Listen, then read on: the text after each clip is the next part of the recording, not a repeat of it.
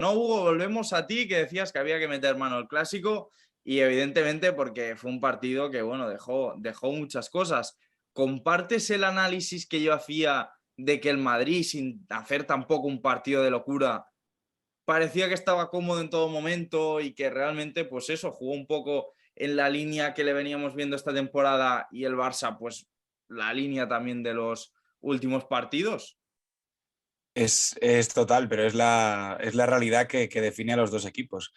Parece, ahora podemos enumerar 10.000 cosas que hizo mal el Barça, pero la realidad es que el Barça tiene que hacer muchas cosas bien para crear peligro, muchas cosas bien para hacer goles, para llevarse los partidos y parece que siempre hay algo que falla, ¿no? Es que la presión tal, no es que no sé quién no corre para no sé dónde, pero la realidad es que al final siempre pasa igual en los partidos grandes y el Madrid es todo lo contrario. El Madrid se puede hacer algo mal, pero si tira hacia adelante, siempre saca los partidos.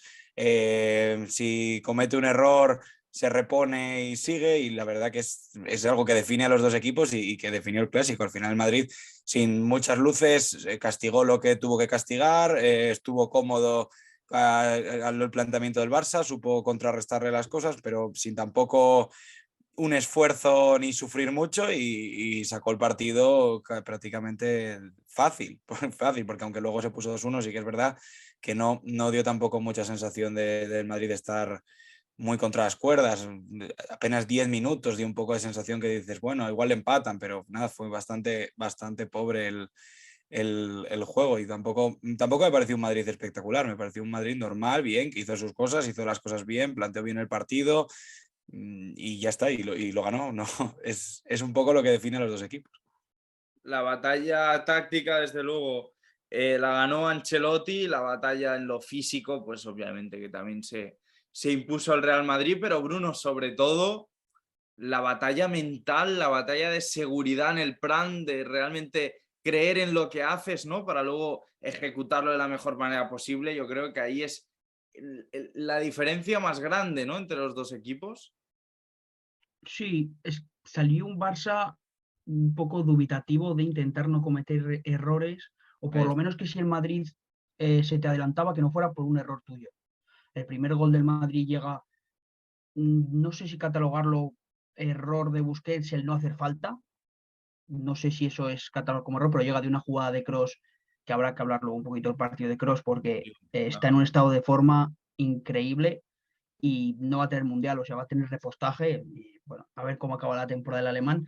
Pero hace un pase increíble para Vinicius, que falla es 1 contra 1 y de repente el rechace le cae un Benzema solo en el semicírculo del área, que es un fallo que yo, por ejemplo, he sido central y cometemos todos, que es tú cuando corres para atrás, corres a la portería y te olvidas de todo. Te olvidas de que si el balón está en la banda, tú vas a la portería. Y, por ejemplo, a Mendy en el gol del Barcelona, creo que le pasa también porque Ferran remata muy solo.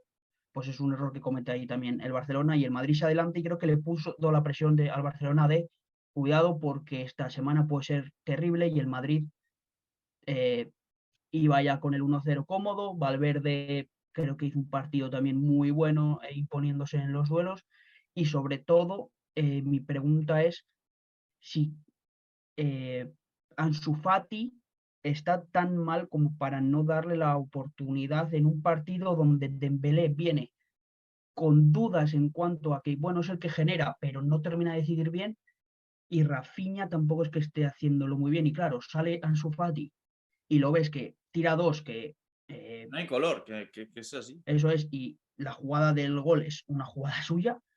No sé si es tanto de, bueno, quiero confiar en los que he traído yo o que Ansu Fati no lo veían tan bien y de repente, pues por ser un clásico, se extramotivó.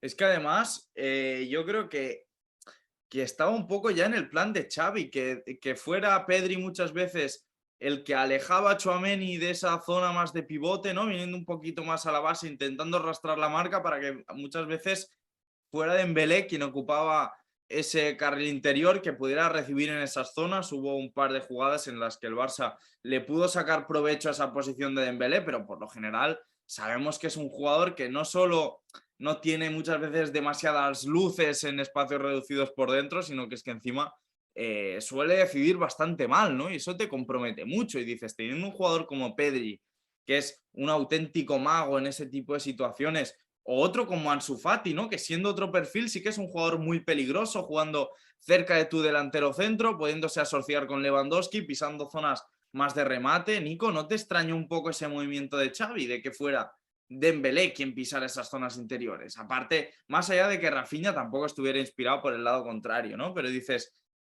hay un poco ahí de cabezonería de Xavi, de decir a este tío lo he renovado yo, ahora tiene que jugar por decreto prácticamente.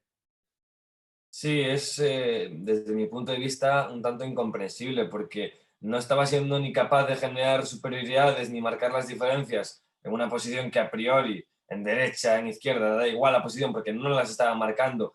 Y sinceramente no creo que sea un jugador en ese sentido diferencial independientemente del contexto, anteponerse a este y ser capaz de marcar las diferencias. Y si aún por encima le metes por dentro, que estaba más perdido el pobre, que ya es per se un jugador que pierde muchos balones y que tiende a elegir mal, como tú decías, y a no saber muy bien qué hacer en ese último toque, en esa última situación, pero si lo ubicas por dentro, recibiendo de espaldas, su juego pues, vuelve a ser bastante pobre y aún no acertando mucho y tampoco fallando mucho, es que tampoco aportó nada al Barça. O sea, lo que aportó realmente no fue muy negativo, pero tampoco positivo, y teniendo en cuenta que tienes a un tío como Ansu Fati, que es capaz de hacerte peligro de la nada, tú decías, muy mal tiene que estar, muy mal lo puede ver Xavi emocional o físicamente, porque es que no tiene mucho sentido en esa cabezonería que sigue transmitiendo con un Dembélé que de verdad que yo no entiendo. Y otra cosa que no hemos comentado y supongo que trataremos es el tema de Sergi Roberto. Yo lo hablábamos en la previa y creo que es una de las cosas que más se ha hablado en la previa, ese Sergi Roberto jugando de lateral derecho y a ver cómo se defendía a Vinicius, y a la primera que tiene el Real Madrid, a la primera pues hace el gol, que no lo marca Vinicius porque el rechace le cae a Benzema, pero es el gol que estábamos viendo ya desde la previa y que se veía venir, ¿no? Hugo, yo es algo en lo que... Bruno, querías decir algo, ¿no? Sí, no, que lo de Sergi Roberto, fíjate que yo creo que no fue tan malo como se esperaba, porque el gol viene en Sí, una sí, ahí carrera, ya. viene en una carrera donde si no es Bellerín, creo que los laterales derechos que hay en el Barcelona, es muy difícil que ganes a Vinicius una carrera tan larga y de tantos metros. Es que Y es luego Vinicius, además, es que no lo va a parar eso es, nadie y tampoco. tampoco estuvo tan inspirado y vi a Sergi Roberto dentro de lo que cabe, bueno, controlándolo medianamente. Al final, donde se volcó el Madrid fue más un poquito por el otro lado con Valde, que creo que es un avión, pero creo que el escenario era grande todavía para él. Creo que sí que estuvo un poquito nervioso y Valverde, que no sé lo que hace, pero se crece en este tipo de situaciones donde tiene que dar un pasito adelante, creo que le comió un poquito la tostada y ahí es más ese desequilibrio en ese lado que en el lado de Sergio Roberto y Vinicius. Sí, lo que te quería preguntar, Hugo, porque yo es algo en lo que he pensado mucho y no le acabo de terminar de encontrar realmente una explicación. A ver si tú me puedes ayudar. Em, es que el Barça hay muchas situaciones en las que se ve muy, muy expuesto en defensa y que sufre mucho y que defiende mal.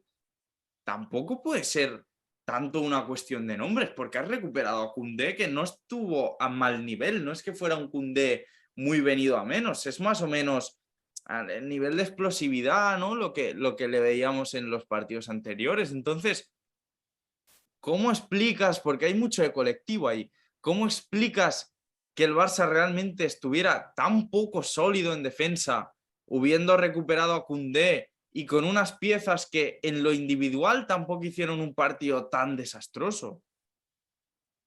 Tiene mucho que ver, que es justo lo que iba a llevarle un poco la contraria, Nico, con cómo ataca. Cuando el Barça ataca bien, defiende bien. Cuando el Barça es capaz de de meter al otro equipo en bloque bajo y es capaz de empujarlo y es capaz de ser una amenaza real, entonces el Barça se defiende bien, porque el bloque viaja junto en ataque y el bloque viaja junto en defensa, y entonces cuando desaparecen los espacios entre líneas y te pueden castigar una espalda, como le pueden castigar un balón largo a Vinicius y te pueden ganar y te pueden meter un gol porque estás arriesgando, pero el equipo no deja espacios entre líneas para meter ese pase fácil. Una cosa es que que el portero te juegue un balón largo súper rápido que te pilla descolocado y te gana en una espalda, y te pueden ganar un partido así, y otra cosa es que haya 48 metros entre línea de medios y línea de delantero, línea de medios y defensa. Entonces, claro, si tú tienes ahí un jugador, pues dices, no, es que Sergi Roberto no corre con Vinicius, ya, pero es que previamente has perdido mal el balón, has perdido el balón mal colocado, hay espacio entre líneas, la gente no acosa balón y pasan todos liberados, situaciones al primer toque súper rápidas, entonces acabas bailando. Pero acaba bailado, yo creo que Sergi Roberto, Koundé y el que pegase esa carrera con él. Yo creo que no es tanto los nombres de los que están, es cómo atacaba el Barça. El Barça viene verticalizando demasiado rápido el resto de partidos contra el Inter y demás, y generando pérdidas que le pillan muy descolocados. Y es cierto que Xavi intentó como pausar un poco más el juego, pero lejos de pausar el juego para acumular número de pases, lo que acumuló es número de pases intrascendentes, que entonces lo único que permitían era al Madrid empujar un poco más al Barça y acabar perdiendo la pelota más tarde, pero sin generar ningún peligro. Y yo creo que no encuentra el balance entre ser vertical cuando tengo la pelota y ser plomizo cuando tengo la pelota, y eso es lo que le veo. No sirve de nada acumular pases y esos pases no tienen un sentido. Y ayer intentó acumular pases por acumular, pero a poco ritmo, sin situaciones peligrosas a la espalda del mediocampo del Real Madrid. Entonces, pues bueno, se pasaban la pelota de un lado al otro, esperando a ver si alguno la perdía, y entonces el Madrid te pillaba la contra descolocado y mal posicionado. Y luego lo que decís, lo que habéis dicho, en eso estoy totalmente de acuerdo, lo de Dembélé por dentro, pues no tiene ningún sentido. Además, si todavía lo dices, lo metes porque quieres que ataque la profundidad, porque quieres ganarle la espalda, pero tampoco No, atacó función de la Dembélé profundidad, ¿no? era Estaba recibir ahí como... espaldas para girarse y a partir de ahí generar. Y dices, no hay mejores jugadores para eso. Claro, no tenía ningún sentido. Yo, de hecho, justo antes del partido estuve poniendo en Twitter que me gustaría ver a Gavi de falso extremo en esa situación, porque es que al final tú ves quién genera la superioridad numérica en el mediocampo en el Madrid, que es un Fede Valverde, que es centrocampista, y es el cuarto hombre en el centrocampo, y tú ves quién te tiene que generar la superioridad numérica en el centrocampo, y es Dembélé. Pues muy bien salió, o sea, bastante bien salió, que no te cayeron 4, la verdad. Y es un poco, es que eso es bastante llamativo y explica bastante del juego del Barça. Una posesión que no lleva a ningún sitio. Nico, pedías turno. Sí, la sensación, relacionado con lo que decía Hugo, a mí la sensación que me traduce el partido y un poco conclusión que se puede dar es que el Madrid, lo comentabais, sin hacer mucho, pero sobre todo la sensación de que sin querer golear al Barça, acaba llevándose un resultado de un 3-1 que pudo haber sido muchísimo más, pero en todo momento le engañó, le mostró pues, que podía tener el balón con posiciones intrascendentes, pero que sabían que a la mínima que iban a tener una contra, le iban a matar, iban a acabar de cerrar el partido. Entonces, todo lo contrario que dijo Xavi en la rueda de prensa, que bueno, lo de Xavi en las ruedas de prensa es creo que otro tema que tendremos que analizar otro día, porque yo tampoco no lo acabo de entender del todo, pero todo lo contrario que decía Xavi, de que estuvieron incluso cerca yo creo que no estuvieron en ningún momento cerca, a pesar de ese gol de Ferran, porque la sensación era esa, de dominio absoluto del Real Madrid, que tenía todo el partido controlado, con un cross imperial que todavía no lo hemos mencionado mucho, pero más allá de los nombres, como decíais antes, es esa sensación de que en partidos importantes contra el Inter, contra el Bayern, quedan muchos culpables, quedan Busquets, Piqué, Eric, muchísimos señalados, ¿vale? Pero da la sensación también de que oye, que algo falla también a nivel colectivo, porque no puede ser, Xavi, que siempre en las ruedas de prensa sea a nivel de fallos individuales, de que ha sido un error puntual, pero que es algo más que el Barça no está haciendo bien, es que a nivel colectivo, lo decía Hugo, no es los jugadores que tienes, las piezas para defender, por ejemplo, a Vinicius, sino cómo atacas, cómo te colocas tras pérdida y todas esas cosas que el Barça últimamente está haciendo fatal. Sí, además, en un partido, y con eso entramos ya en el partido de Kroos, entre otros nombres interesantes, es que otro tema en lo que se nota, lo convencidos que van los jugadores realmente, ¿no? Lo que creen en el plan, la activación que tienen, ¿no? Es que el Barça pierde muchísimos duelos en el centro del campo, muchísimo. Kroos constantemente se adelanta a Frenkie de Jong, que le cuesta muchísimo por el buen partido de Kroos, pero sobre todo también porque es que no se impone en ni un solo duelo y tampoco es un jugador que físicamente no tenga suficiente potencia para hacerlo, ¿no? Y yo creo que ahí Kroos se empieza a imponer, muchas situaciones, de hecho en la mayoría en la que saca el balón el Madrid medio bien, Modric le gana constantemente y una y otra vez la espalda a Busquets, ¿no? También Valverde a veces, o el jugador que se metía por dentro hacía dudar a Busquets muchas veces y eso hacía que no pudiera llegar, ¿no? Pero eso también se traduce en otro duelo perdido. Creo que el Barça pierde totalmente la batalla en el centro del campo y que sobre todo a partir de ahí empiezan, Bruno, a emerger sobre todo la figura de Toni Kroos, que hace un partido memorable. Es que Ancelotti leyó bastante bien el planteamiento del Barça porque el Madrid empieza un poquito menos atento y de repente cuando ve que la pretensión es esa de jugar por dentro del Barcelona con una pieza como Dembélé, lo que hace Ancelotti es intentar evitar que haya otras opciones.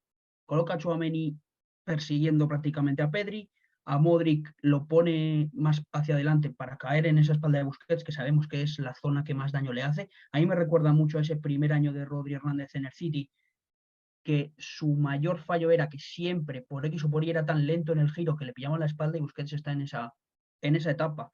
Entonces el Barça intenta optar por sacar más a Lewandowski, pero es que está sacando a Lewandowski más metros contra probablemente la defensa que mejor defiende con metros a la espalda. Militao hizo un partido contra el polaco que me pareció increíble. Y ya juntas a Kroos, que no sé qué ha estado desayunando este verano, pero ha venido en un estado de forma increíble, que es, todo el mundo lo está diciendo, que probablemente es el mejor Kroos que está viendo o que ha habido en su etapa en el Real Madrid, porque ya no solo es lo que comentabais de que te da mucho con balón, sin balón está siendo sacrificado en duelos, está siendo un Kroos intenso y atrevido al meter el pie y sobre todo creo que es la primera vez que veo a Kroos sentirse el líder del centro del campo, porque antes estaba Modric, que era ese futbolista, ¿no? Que era el que Kroos podía ser el que empezaba las jugadas y tal, pero el que las transformaba era Modric. Y luego tenías a El que Casemiro, se que lleva era la ovación al final es Modric. Eso es. Y luego tenías a Casemiro, que era el jefe. Y en este preciso instante en el que Tchouaméni es un futbolista que todavía tiene que coger galones en el sentido de liderazgo en el Madrid, en el que Modric está jugando bien, pero cada vez al final tiene que ir dejando más espacio, Kroos se ha visto como, creo que es mi momento de asumir, no sé cómo, de asumir responsabilidades, por así decirlo, y le ha venido muy bien a él. Y el otro día además se encuentra con De Jong, que no sé por qué jugó de interior cuando creo que es una posición que no le favorece nada, porque es un futbolista al que lo que más le gusta de Jong es coger el balón, girarse y ver muchos metros para correr con él. Y eso en el Barça es un contexto que creo que no va a tener nunca. A partir de ahí es intentar encontrar un contexto para él donde rinda más o menos, nunca creo que vaya a rendir al nivel que dio en ese Ajax, pero sí que creo que puede ser una pieza interesante. El problema es que a intensidad no sé por qué tampoco el Barcelona, hasta que no sale Gavi, no veo ningún jugador que vaya con ganas al choque. O sea, Gavi sale y siempre lo ha hecho, siempre es un jugador más impulsivo que los demás, pero es que el otro día parecía que era el único que sabía lo que se estaba jugando, que era un clásico. Bruno, ¿te da la sensación de que Kroos está preparando un poco una temporada en la que si se termina yendo al final de temporada acaba cerrando, digamos, en la cresta de la ola y que se pueda retirar ahí por todo lo alto? ¿O crees que todavía le quedan años en el Madrid? Yo creo que no le quedan años en Madrid, creo que es su último año porque no le veo siendo suplente. Creo que Kroos sabe o es un perfil de futbolista que no puede ser ese revulsivo los últimos 30 minutos en el centro del campo. Y eso él lo sabe, y es que Valverde, si este año Rodrigo explota un poquito más o el año que viene llega alguna pieza, Valverde no lo puedes quitar del 11. Y con Modric, como no sabemos qué va a pasar con él, creo que Kroos sí que sabe que probablemente esté ante su última temporada. Ha sido muy inteligente porque lleva bastantes años retirado de la selección, entonces está teniendo como alargando un poquito su estado de forma. Y mi sensación es que sí que se puede ir. Me da mucha pena que se vaya así, pero bueno, mejor yéndose, como dices tú, la cresta de la ola que irte porque no te dan ya las piernas. Hugo, me quedé en los últimos podcasts con una frase que solía repetir, que es que el Madrid en el centro del campo necesita juntar a los buenos. El clásico igual fue como el partido que da como más razón de ser a tu frase, ¿no? Es que realmente fue simplemente eso. O sea, el Madrid por calidad, por implicación en el centro del campo, se acabó imponiendo en muchísimos duelos y parte importante del partido pues también está ahí, ¿no? Sí, es que es un equipo que funciona solo, por así decirlo, que se entiende muy bien, que entienden, los propios jugadores saben lo que tienen que hacer, todo lo contrario que el Barça, que es un equipo muy robótico. Tiene una serie de automatismos en salida, de 3 con el portero, de 3 con el pivote, o sea, prácticamente que hace los movimientos de forma mecánica y como queriendo sacar ventaja de ello. Y eso no tiene nada que ver con cómo juega el Madrid y la capacidad que tienen de lectura. Sobre Modric y Frenkie de Jong, que estabais comentando, Frenkie de Jong hace un partido sin balón absolutamente espantoso. O sea, mucha gente, leí muchos palos a muchos jugadores, no sé qué, Busquets, tal, yo no estoy de acuerdo, pero claro, Frenkie de Jong, o sea, Modric con Frenkie de Jong hace absolutamente todo lo que quiere, porque prácticamente todas las veces que el Madrid salía por el lado de Carvajal, Modric aparecía justo por delante de Tchouaméni y le generaban un 2-1 a Sergio Busquets, que estaba totalmente solo en el centro del campo. Y Frenkie de Jong perdía totalmente la marca, se quedaba en el lado contrario sin jugador alguno sobre el que saltar y claro, ponía además en evidencia de forma sangrante a Busquets, porque si a Busquets ya le cuesta llegar, pues tú imagínate, se tiene que defender primero una inferioridad numérica y luego correr detrás de la pelota.